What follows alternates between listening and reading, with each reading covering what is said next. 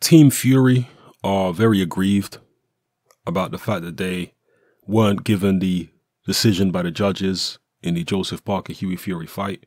They're all very upset, from Hughie himself, obviously, to Mick Hennessy, to his dad Peter, to his uncle John Fury, his cousin Tyson Fury. The whole team are upset. And I guess in a lot of people's eyes, justifiably so. But what's next for Hughie Fury?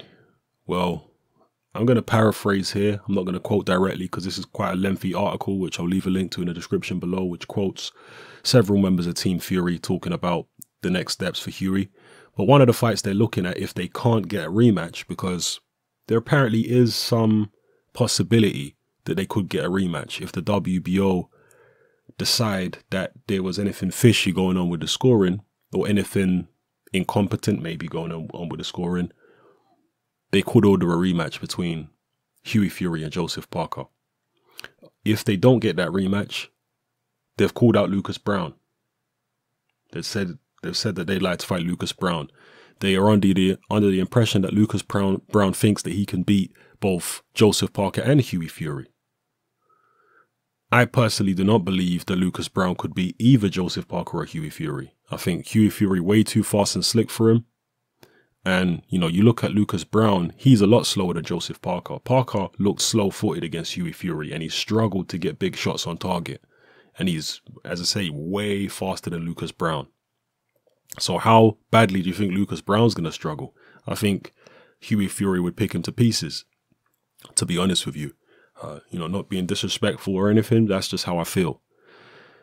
But let me know how you feel. Would you like to see that fight, Lucas Browne versus Hughie Fury? Do you think Lucas Browne would take that fight after seeing how well Hughie Fury did against Joseph Parker? And, you know, I know some people are just going to talk about Hughie Fury running and flicking out jabs and so on and so forth. Okay, cool. Maybe you didn't like his style, but he didn't get beaten up in the fight. He didn't make it easy for Joseph Parker. Joseph Parker didn't just run straight through the guy. And you have to agree, surely, that Lucas Browne is much slower than Joseph Parker, much less skilled, much less well-schooled. Surely you must be able to see that. Maybe he hits harder than Joseph Parker, he probably does. But in every other way, Joseph Parker is superior. In my view, at least.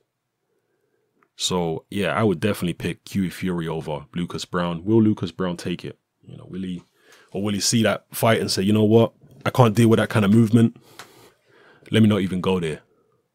Let me know what you think in the comment section below. Oh, also, just in closing, a member of my Facebook boxing group brought up a very good point in one of the posts about the Hughie Fury Joseph Parker fight. He pointed out really something which I should have thought of before, and that is the fact that Frank Warren not being involved in this fight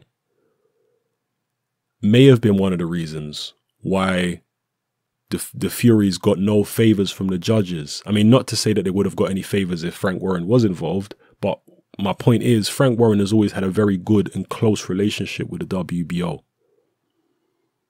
That is known. Frank Warren has said that himself. So for those people who believe that Hughie Fury was robbed, and certainly the 118, 110 scorecards were crazy, would that have happened if this had been a Frank Warren promotion? Would the WBO have put up those kind of scorecards? Would they have been more sympathetic to Hughie Fury's case if it had been Frank Warren? Let me know what you think about that in the comment section below. And let me know what you think about the other points that I've raised in this video. All right, it's happening. I'm out.